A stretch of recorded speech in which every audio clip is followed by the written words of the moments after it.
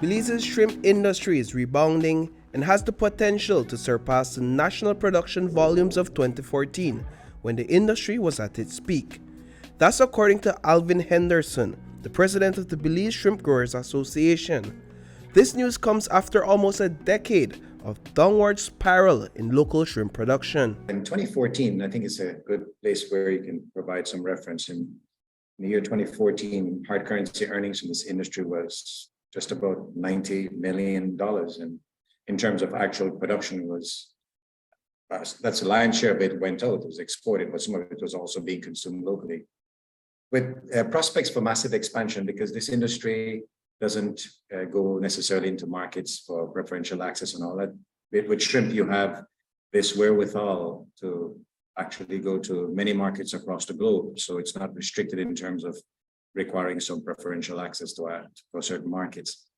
So the opportunity for those who were involved in the industry was really wide open. In 2015, we got exposed to a disease called the Early Mortality Syndrome. The viral infection dealt a devastating blow to the industry, disseminating shrimp production in Belize, leading to widespread layoffs and tens of millions of dollars in losses. This period also saw the closure of a couple of the major shrimp producers. A viral infection in the industry, it's been affecting the industry for a few months now. All farms have had to dry out, basically stop production, to clean out and to then restart. The industry is taking a little bit of a difficult, or let me say they're taking the hard way around it, but it's the best way around it, to restock with new genetic material. And that's the wisest decision that they could have taken. It's taken a little time. Originally, they thought that they would be able to restock by early next year, but it appears that we'll have a few months delay in that industry. The Development Finance Corporation has been a long-standing industry partner, even before the viral infection. DFC had been patient with the industry stakeholders as several attempts were being made towards rebound. In February 2021, the lending institution was faced with a critical decision. You roll back to February 2021, and from the DFC perspective, our exposure to shrimp is one of the biggest exposures on our portfolio. So we looked at how should we approach it? Should we stay? Should we throw in the chips and call it in? And in talking with one of our clients, Mr. Alvin Henderson, we were having a talk about the science of a new way of growing shrimp. And when we looked at the science made sense.